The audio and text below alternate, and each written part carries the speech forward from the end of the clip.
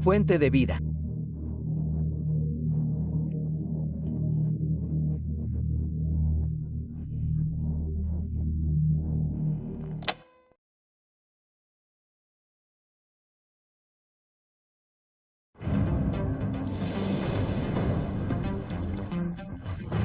Y causa de muerte. El agua puede eliminar pistas, diluir pruebas y ocultar cadáveres. Para los investigadores, el agua puede ser un oponente astuto. Para los delincuentes, un aliado de lo más complaciente. Para el crimen perfecto, simplemente agregue agua.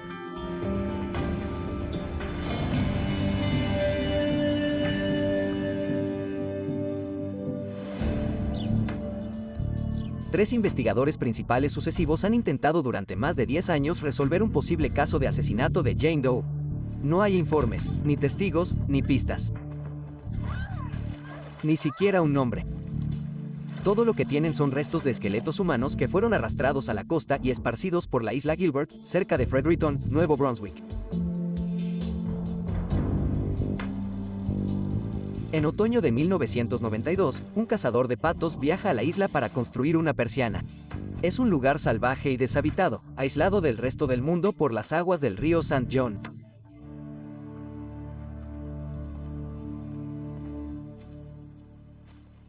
De repente, entre un montón de ramas muertas y madera flotante, el cazador hace un descubrimiento aterrador. Sin darse cuenta de las consecuencias para la investigación, mueve el cráneo y va a avisar a la policía. Ya estoy empezando a pensar, ¿cómo llegó allí? A lo largo del sistema del río St. John, ha habido ocasiones en que los antiguos cementerios estaban cerca de la costa y hemos tenido ocasiones en las que algunos de ellos han sido arrastrados.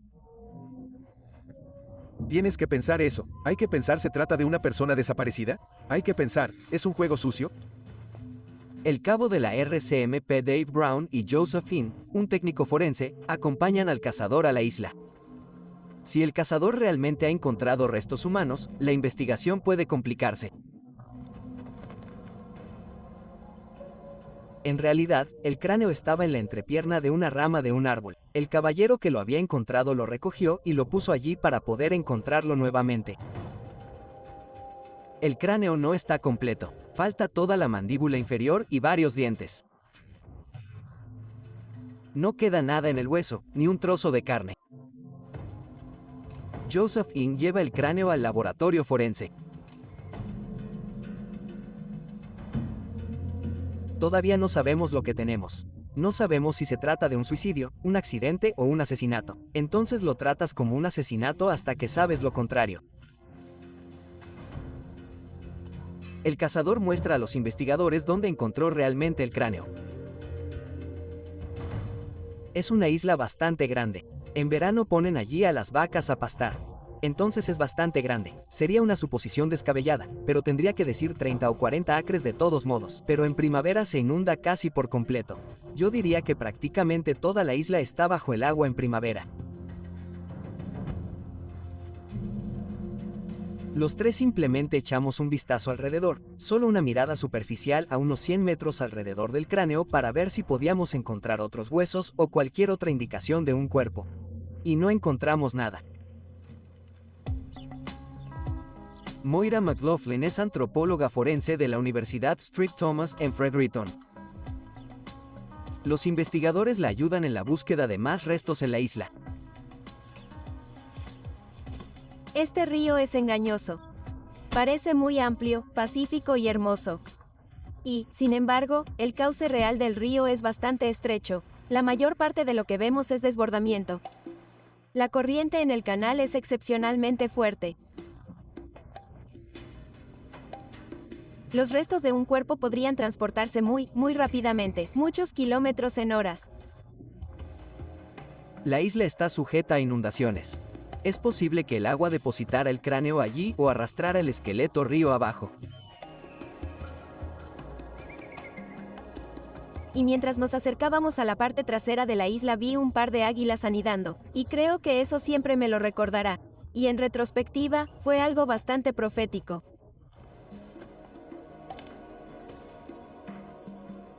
Antes de comenzar la búsqueda, el equipo examina la isla y analiza un plan de ataque.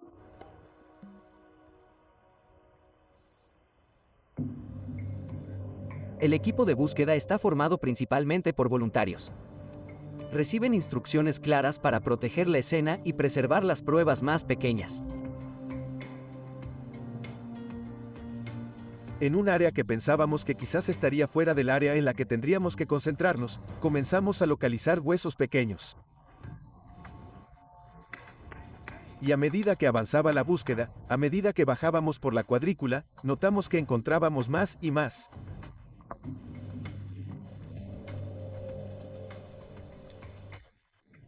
Entre los huesos, el equipo de búsqueda también encuentra restos de ropa destrozada.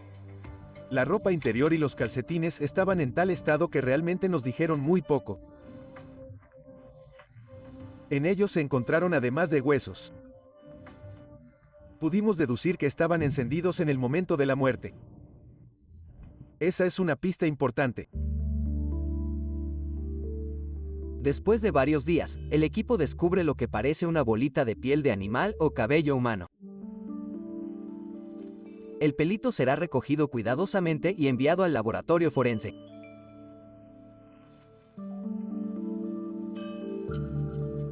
Y a medida que caminábamos río arriba a lo largo de la isla, esta dispersión de huesos se hacía cada vez más estrecha, hasta que encontramos una zona donde había muchas ramas muertas y escombros.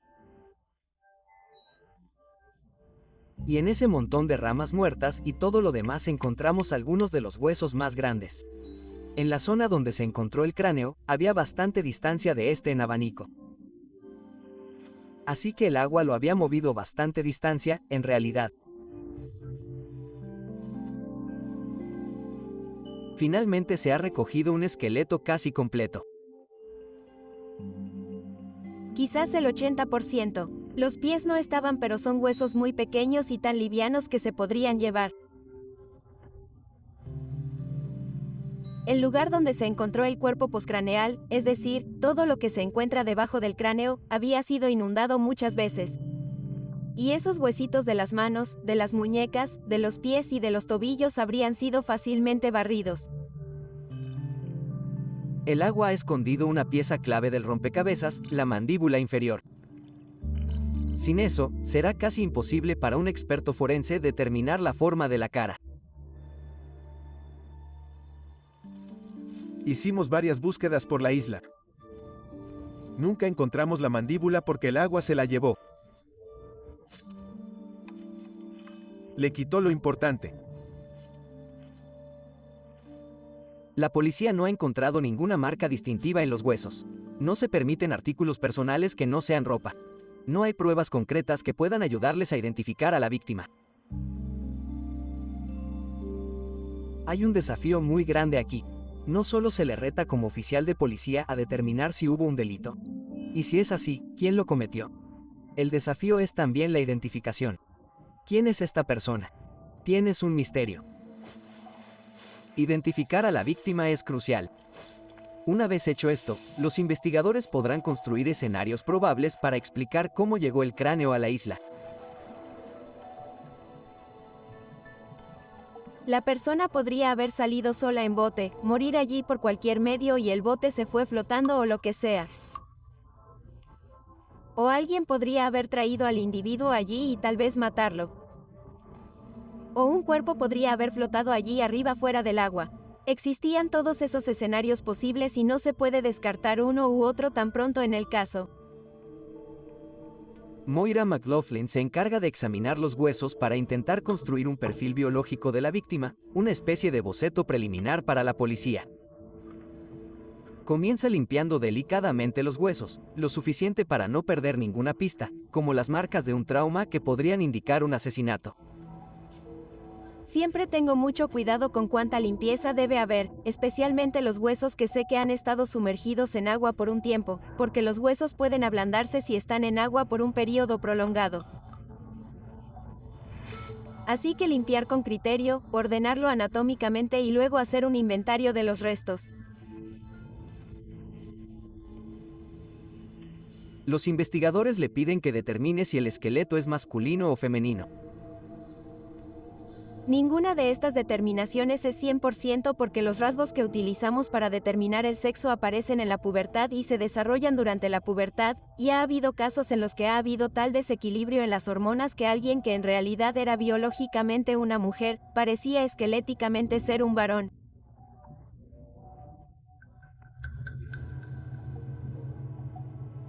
En este sentido, tuvimos la suerte de tener la pelvis. Todos los rasgos apuntaban claramente a que se trataba de una mujer.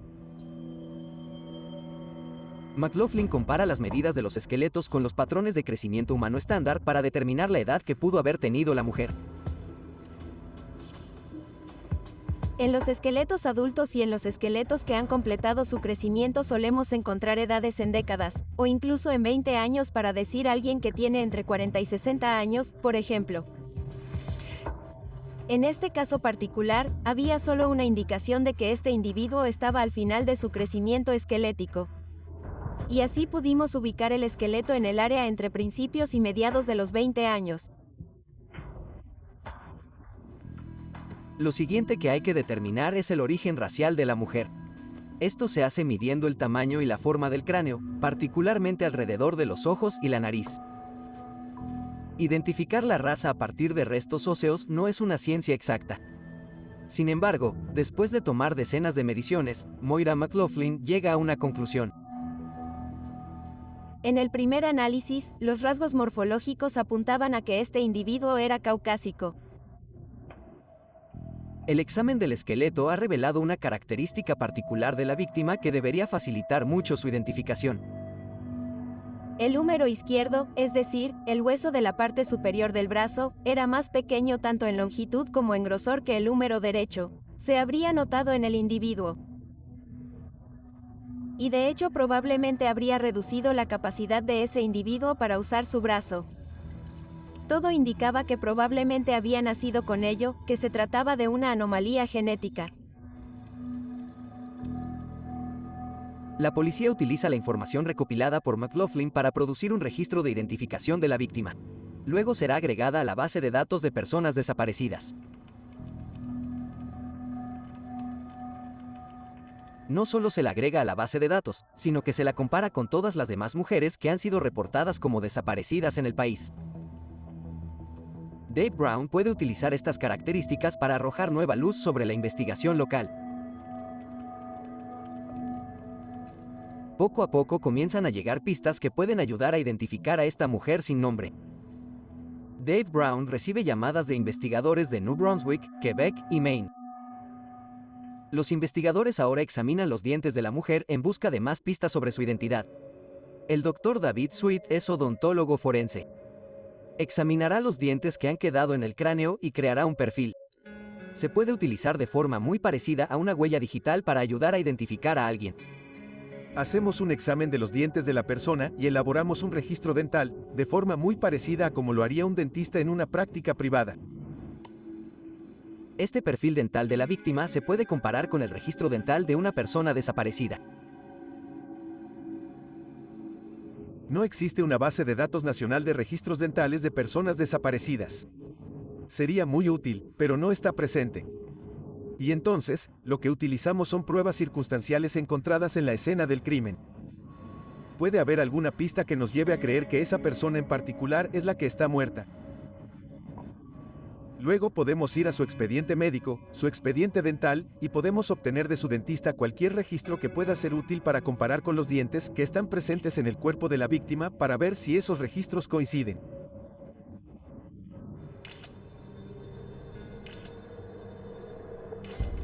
El Dr. Sweet solo puede hacer un informe parcial porque solo tiene la mandíbula superior.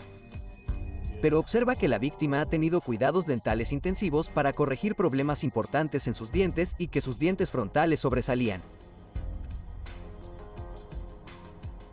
Dave Brown mira la ropa encontrada durante la búsqueda en la isla. Aunque los jeans negros y la blusa blanca están en mal estado, arrojarán algunos hechos. Quedaba muy poco de la blusa y los jeans estaban en su mayoría podridos. Pero pudimos encontrar las etiquetas.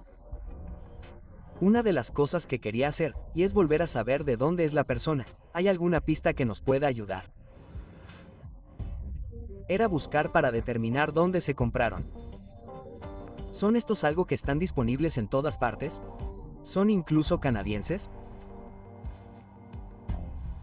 La Asociación Canadiense de la Confección remite a Brown a varios fabricantes y minoristas.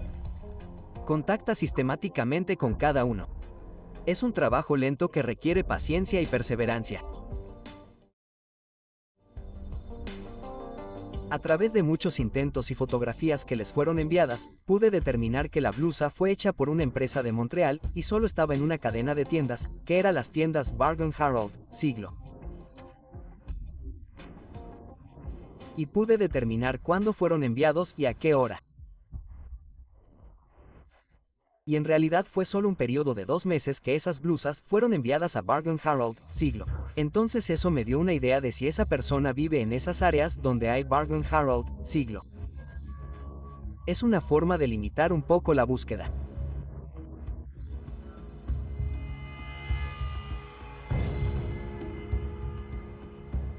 Moira McLaughlin examina una vez más los huesos. Esta vez intentará determinar la causa de la muerte. Incluso sin órganos ni tejidos, los huesos pueden revelar muchas pistas. McLaughlin busca signos de traumatismo, fracturas curadas e incluso marcas de dientes que puedan haber sido dejadas por un depredador. También estaba buscando evidencia de trauma perimortem. El hueso se rompe de diferentes maneras. Si el hueso está fresco y todavía tiene toda la grasa y el agua, se romperá. Se doblará, reaccionará, responderá de una manera muy diferente que si el hueso estuviera seco y hubiera estado en la superficie durante un largo periodo de tiempo y toda la grasa y el agua hubieran desaparecido. Debería poder distinguir entre una respuesta de hueso fresco y una respuesta de hueso seco. Y si es hueso fresco y no muestra signos de curación, eso es lo que llamamos perimortem.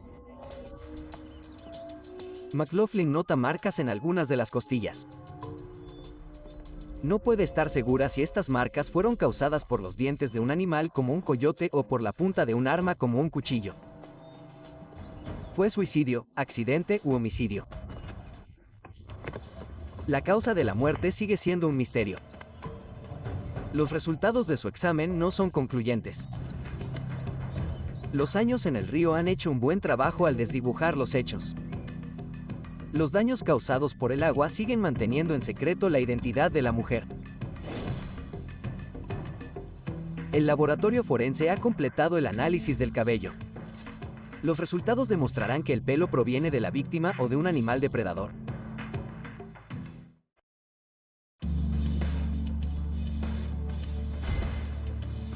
Ha pasado un año desde que se recuperaron los restos óseos de la isla Gilbert en el río St. John. Los investigadores han establecido que la víctima era una mujer blanca de unos 20 años con un brazo izquierdo poco desarrollado y una sobremordida. Su identidad sigue siendo un misterio. Los análisis de cabello de una muestra recuperada de la isla arrojan algunos resultados positivos. De hecho, pudieron decirme bastante sobre ese cabello en particular. Cuando lo examinaron y lo enderezaron, resultó que medía 35 centímetros de largo. Pudieron decirme que el color se realzó con un tinte. Se había usado en forma de cola de caballo porque había un elástico que tenía hilos de metal envueltos alrededor y ese metal se había oxidado. Pero las marcas de óxido permanecían a 20 centímetros de la cola de caballo. A pesar de esta información, todavía no saben cómo es la víctima. Un boceto les permitiría pedir ayuda al público. Pero sin la mandíbula inferior, crear un dibujo compuesto es casi imposible. Ese es un rasgo facial importante y realmente determina el aspecto de una persona. ¿Tienen una mandíbula pequeña? ¿Tienen una mandíbula grande? ¿Tenían cara alargada, cara redonda? Ese era un elemento clave que no teníamos. ¿Cómo podemos hacer una reconstrucción facial? En aquella época también existía el programa de regeneración de ordenadores que se estaba desarrollando en Toronto.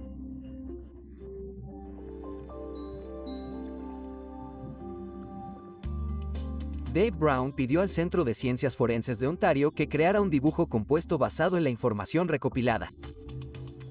Unas semanas más tarde, Brown es trasladado a otra provincia.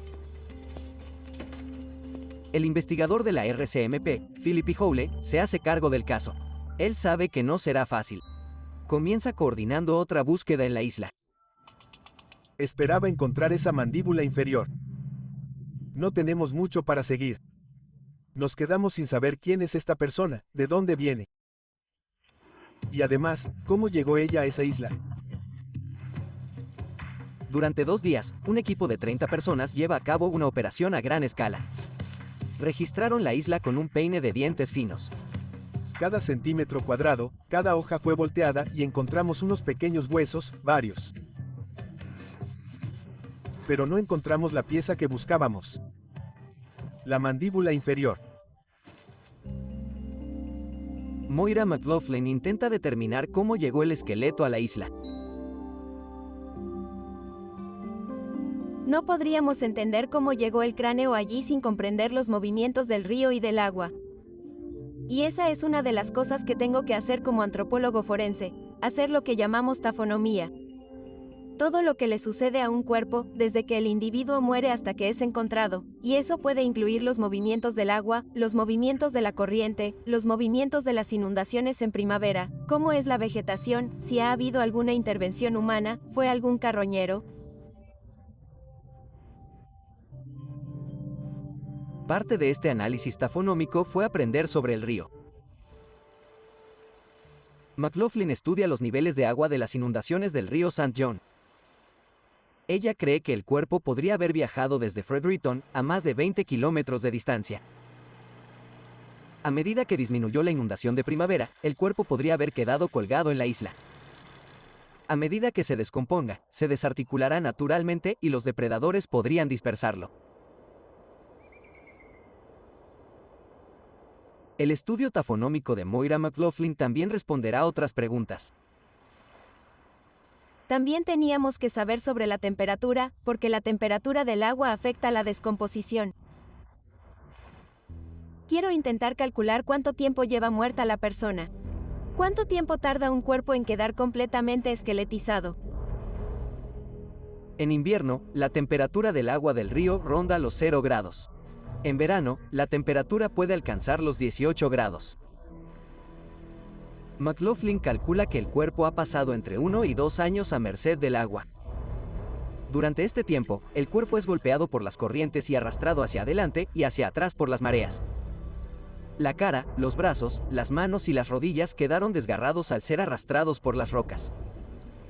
Después de unos meses en el agua, se descomponía y se desarticulaba naturalmente. La piel se desprendería gradualmente del cuerpo en pedazos. La RCMP de Fredericton recibió el dibujo compuesto realizado por el Centro de Ciencias Forenses de Ontario. Moira McLaughlin siente que aunque el boceto se basa en fotografías del cráneo, no coincide bien y no debe usarse para su divulgación pública. Philip Howle decide llevarse el cráneo y los huesos a Toronto y crear un nuevo dibujo compuesto. McLaughlin comienza a dudar de sus conclusiones sobre la raza de la víctima. Aprovecha que los huesos se encuentran en Toronto para pedir a otro antropólogo forense que los examine y confirme si la víctima era caucásica o no. El centro se interesa mucho por este misterioso caso y se ofrece a realizar también una prueba de diatomeas para intentar determinar si la víctima se había ahogado. Las diatomeas son algas microscópicas que se encuentran en todos los cuerpos de agua dulce, como lagos y ríos. Cuando una persona se ahoga, las diatomeas ingeridas con el agua se acumulan en la médula ósea, especialmente en el fémur.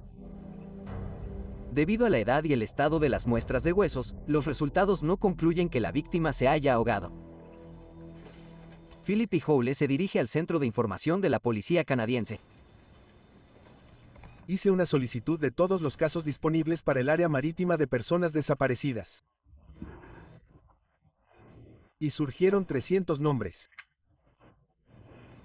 Y tenemos que revisar esto manualmente y revisarlos. Howle recibe el nuevo dibujo compuesto basado en el cráneo de la víctima. Parece confirmar que la víctima es caucásica. Por primera vez la policía organiza un comunicado de prensa.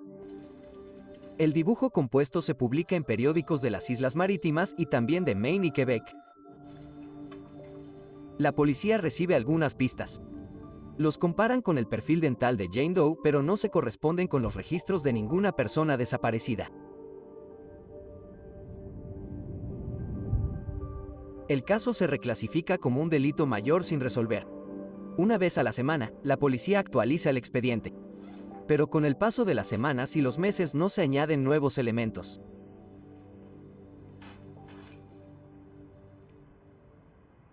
Pasa otro año. Los investigadores de la Unidad de Crímenes Mayores cuentan con la ayuda de Michel Fournier. Es uno de los mejores artistas forenses del país. Le piden hacer una reconstrucción facial a la víctima. Obviamente, cuando se llega al punto de que alguien haga una reconstrucción facial de una persona fallecida, es porque todas las demás partes de la investigación han quedado vacías. Al tratar de identificar a la persona a través de huellas dactilares, registros dentales o descripciones físicas, todos se quedaron en blanco. Así que casi has llegado al final del camino. Michel Fournier acaba de regresar de la academia del FBI. Ha estado estudiando una nueva técnica de identificación: reconstrucción tridimensional. Como primer caso, fue bastante complicado porque el cráneo no estaba completo. Si le quitas la mandíbula inferior y la mayoría de los dientes a alguien, eso cambiará la forma de su cara. Eso hizo que mi trabajo fuera un poco más complicado porque tenía que hacer una proyección de la mandíbula. Por regla general, no es algo que se haga al azar. Tienes en cuenta lo que ya sabes. Entonces, por ejemplo, aunque faltaran dientes, podríamos usar las raíces para determinar la proyección de los dientes. Para la reconstrucción facial, el artista utiliza 23 rotuladores. Son puntos del cráneo que indican cuál es el espesor mínimo y máximo del tejido. La colocación de los marcadores es el primero de una larga serie de pasos que requieren tiempo, habilidad y trabajo minucioso.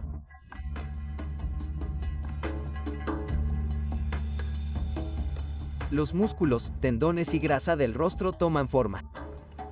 Hasta ahora el trabajo ha sido puramente científico.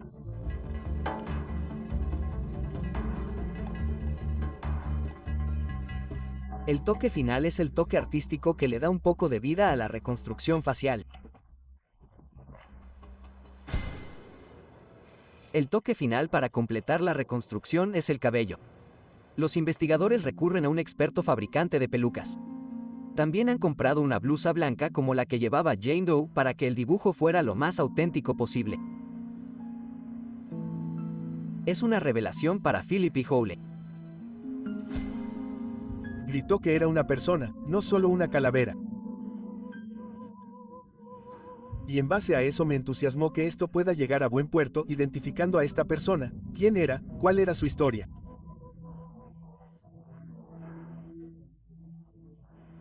¿Cómo llegó ella a la isla? Los investigadores esperan mucho más de esta reconstrucción más humana y realista.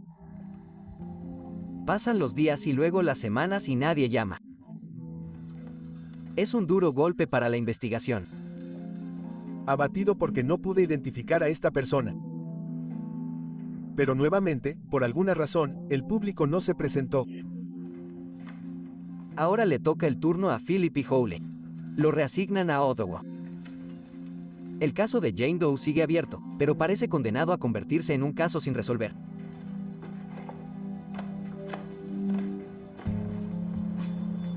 Extrañas circunstancias traen a un nuevo jugador al caso. Reiniciará la investigación desde el punto de partida. Dale nueva vida. Y enviarlo a los titulares de periódicos, radio y televisión. Esta vez con una nueva hipótesis.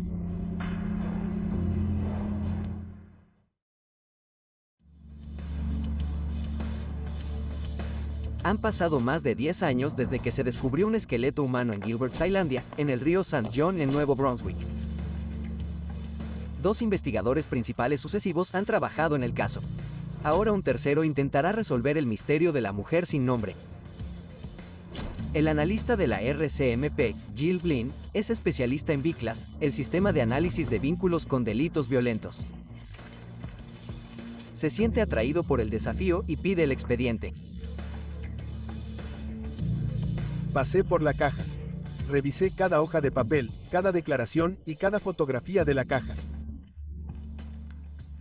Recordando que el caso no había sido resuelto o no sabíamos la identidad de la persona ni qué pasó con la víctima. Y quería mantener la mente abierta. Me sorprendió el hecho de que esta víctima fue encontrada cerca de un centro grande, tenía un brazo izquierdo más pequeño, era mujer y teníamos una descripción de su ropa. En realidad, sabíamos dónde se compró la ropa y, sin embargo, el asunto seguía sin resolverse. Eso me pareció muy intrigante. ¿Por qué han fracasado todos los esfuerzos para identificar a la víctima durante los últimos 10 años? Jill Blinn intenta encontrar una explicación. Había un par de posibilidades. A. La persona nunca fue reportada como desaparecida. 2. Ella era de otro país. Podría haber sido de Estados Unidos, pero eso también lo comprobamos. Ahora que ella estaba desaparecida, por ejemplo, en Alemania o Europa, consultaríamos con Interpol para ver si tenían alguna persona reportada como desaparecida que coincidiera con la descripción de esta víctima.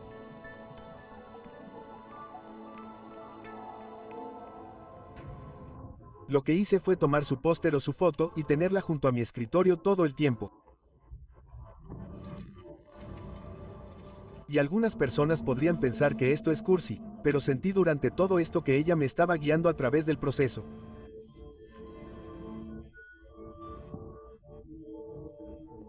Y sentí que eventualmente iba a obtener una identidad. Jill Blinn convoca una reunión con Moira McLaughlin y Michelle Fournier. Les pidió que volvieran al punto de partida, casi 10 años después. Hay una nueva energía, vamos a formular un nuevo plan. Comenzaremos a investigar este caso y veremos si podemos resolverlo. Blinn tiene ventaja sobre sus predecesores. La ciencia forense ha progresado dramáticamente en los últimos 10 años. Hoy en día existen técnicas completamente nuevas y eficaces, como el análisis de ADN. El primero fue el ADN. Ese es el grande. No teníamos eso en 1992. La mejor fuente de ADN, si tienes un resto esquelético, es un diente. Jill Blinn envía el cráneo al laboratorio Bolt de la Universidad de Columbia Británica. Espera que puedan extraer ADN de los dientes, a pesar de que han pasado muchos años en las aguas del río St. John. Los dientes, gracias a su capa protectora, pueden proteger el ADN durante un periodo de tiempo de la influencia del agua. Cuando recibimos el cráneo, seleccioné 2 dientes que pensé que serían fuentes importantes de evidencia de ADN. Los extrajimos y los trituramos utilizando nitrógeno líquido y una máquina llamada molino congelador. Tomamos todo el diente y descontaminamos la superficie exterior usando químicos especiales que destruirán el ADN. Pero luego lo colocamos en un sistema cerrado, de modo que nada del ADN del diente pueda escapar, pero lo que es más importante, ningún ADN de una persona que esté analizando la muestra o de cualquier otra fuente pueda acceder al interior de esa área. Ahora sabemos que cuando finalmente llega el resultado del ADN, lo obtuvimos del diente y de nada más. El Dr. Sweet puede crear un perfil de ADN de la víctima. Es un gran paso. Pero no significa nada si no tienen un familiar con quien comparar los resultados. El análisis forense es una comparación entre 2 muestras. Y mucha gente cree que cuando tienes un cuerpo o cuando puedes tomar una muestra de un cuerpo, puedes resolver el crimen. De hecho, es posible que puedas obtener un perfil de ADN, pero en realidad no resuelve el crimen hasta que sospechas quién es esa persona, y luego puedes comparar una muestra conocida que se le tomó para estar seguro de que he identificado a la persona. La identidad de la mujer sin nombre sigue siendo un misterio. Pero Jill Blinn cree que la ciencia lo ha llevado por el camino equivocado en cuanto a la raza de la víctima. Trabajé en esta área durante varios años. Y he trabajado con la gente de las primeras naciones en numerosas ocasiones. De hecho, hay varias comunidades de las primeras naciones en el área que patrulla, y no hay una razón específica por la que puedo decir esto, pero en lo más profundo de mi corazón sentí que ella era de las primeras naciones. Al mirarla, la reconstrucción que Michelle había hecho, tuve la fuerte sensación de que ella era una persona de las primeras naciones. Cuando comparte sus intuiciones sobre el origen aborigen de la víctima con Moira McLaughlin, ella lo devuelve a la realidad científica. Durante todo el curso de esta investigación, otros 2 antropólogos físicos de forma independiente tuvieron la oportunidad de analizar los restos y todos vieron la misma morfología en el cráneo, y esa es una morfología indicativa de un caucásico.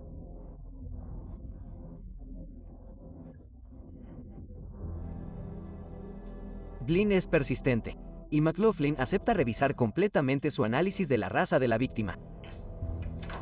Volví a repasar los huesos, ojos nuevos, ojos frescos. Después de varios años, mucha más experiencia, muchos más casos, han aparecido nuevos métodos, especialmente en el ámbito microscópico. Se había desarrollado un nuevo sistema llamado 4DISC, una base de datos informática. Este software le dará un nuevo perfil biológico para compararlo con una base de datos de mediciones esqueléticas de humanos modernos. La persona fue un ser humano vivo en un momento. Tenía una vida, tenía padres, quizás personas que la amaban, quizás hijos. Y es triste que alguien encontró su destino y flotó sola río abajo y permaneció allí durante 2 años. Es una historia terrible. Y me sentí muy triste por esta víctima.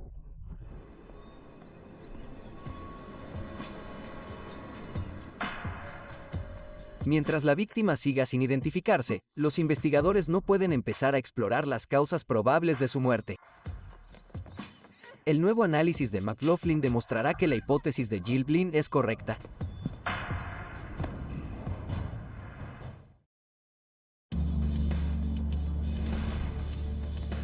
Ha pasado más de un año desde que Jill Glynn reabrió un caso sin resolver de 10 años de Jane Doe. El Dr. David Sweet ha creado un perfil genético de la víctima. Moira McLaughlin ha vuelto a analizar el esqueleto utilizando nuevas técnicas para, una vez más, confirmar la raza de la víctima. Llegan los resultados del software 4DISC, y para frustración de Jill Glynn, nuevamente sugieren que la víctima era caucásica. Moira McLaughlin no sabe qué pensar. ¿Cómo podemos mirar esto? Aquí, por un lado, tengo la ciencia que me dice que es una mujer caucásica y que deberíamos poder encontrarla en un área pequeña como las marítimas. Y pensamos en el hecho de que en las provincias atlánticas, durante más de 400 años, los Mi'kmaq, los Maliseet y los europeos han convivido íntimamente unos con otros. Casarse, criar familias juntos. Y de manera colectiva, como grupo, dijimos, ampliémoslo. Ampliemos este perfil biológico y abrámoslo. Miremos su ascendencia siendo Mi'kmaq y Maliseet. Y ese fue el punto de partida. Con un nuevo enfoque, Jill Glynn realiza otra búsqueda en la base de datos del Centro de Información de la Policía Canadiense. Busca desde 1991 hasta 2001, y esta vez incluye a personas de origen aborigen.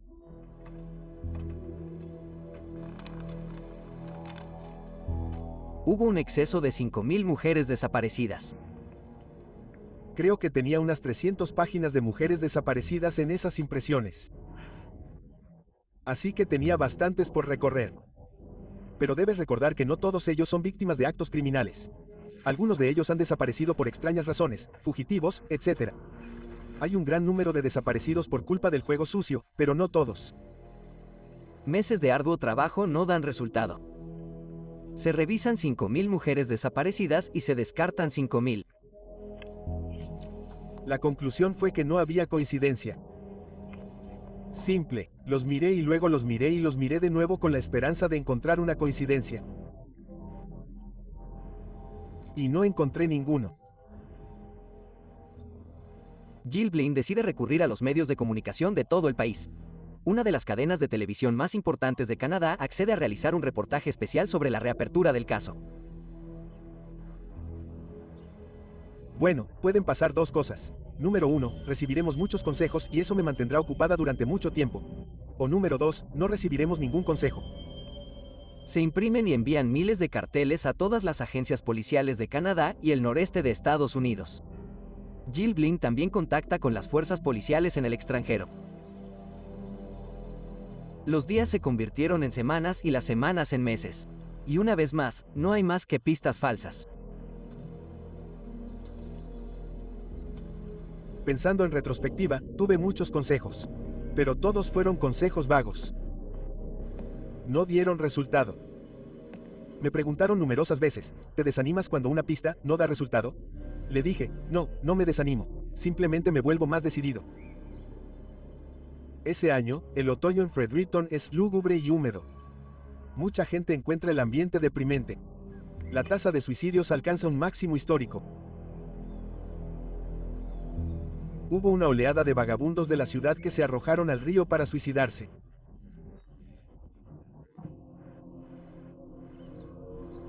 Esos eventos desencadenaron estos pensamientos que tenía. Quiero decir que se encendió una bombilla o que tuve una idea.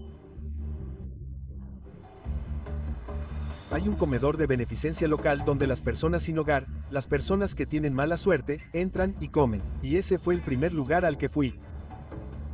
Blin espera que alguien la recuerde. Llama al gerente, George Pierce. Pierce tiene una memoria excelente. Recuerda a una extraña mujer solitaria que en los años 80 acudía regularmente al comedor social. Dice que el dibujo no está del todo bien, su rostro estaba más redondo, más arrugado. También recuerda que la mujer tenía un brazo más corto que el otro. Era su brazo izquierdo. Me sentí bien por eso. Dije, está bien, estamos en el camino correcto. Sentí que era la primera pista sólida que teníamos en varios años. Pierce le dijo algo más. La mujer siempre llevaba unas tijeras muy largas. Parecía llevarlos en defensa propia. George Pierce todavía recuerda claramente la última vez que la vio. Fue en septiembre de 1990. Estaba haciendo autostop junto a la carretera. Como iba en dirección contraria, no se detuvo. Después de eso, a menudo se preguntaba qué le había pasado.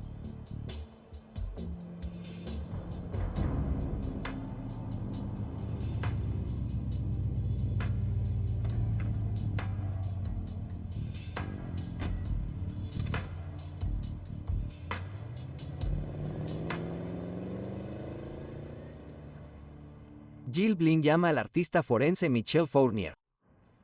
Dice que le gustaría modificar el dibujo de la mujer. George Pierce explica que la parte inferior de su rostro estaba más llena y que tenía dientes salientes. Y lo más importante, la piel de sus mejillas y cuello estaba más arrugada.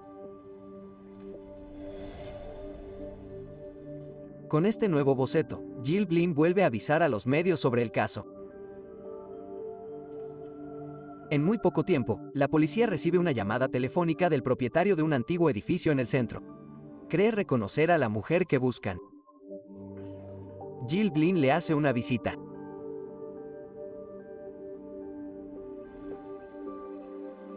No había visto a esta persona desde hacía varios años y no sabía dónde estaba. Y al ver el dibujo compuesto, sintió que tal vez esta persona era la víctima encontrada en la isla.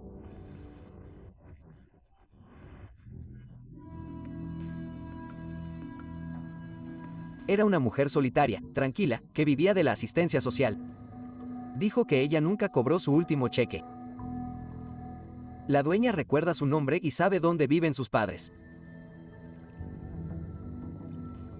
Y el agente Cole hizo un seguimiento de eso, se reunió con miembros de la familia y obtuvo material genético para pruebas de ADN, y se produjo una coincidencia. Y la víctima fue identificada. La víctima era, de hecho, aborigen. Sus padres, que vivían en una reserva a pocos kilómetros de Fredericton, nunca denunciaron su desaparición. Pensaron que ella simplemente se había ido y esperaban que algún día regresara.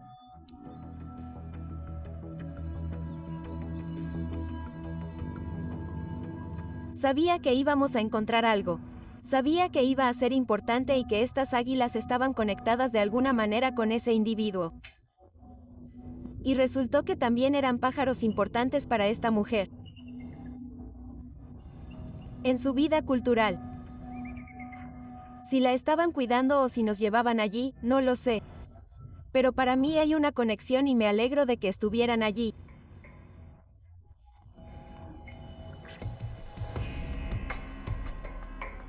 No puedo explicar la sensación que tengo cuando la víctima, de repente sabemos quién es, podemos llevarla a casa.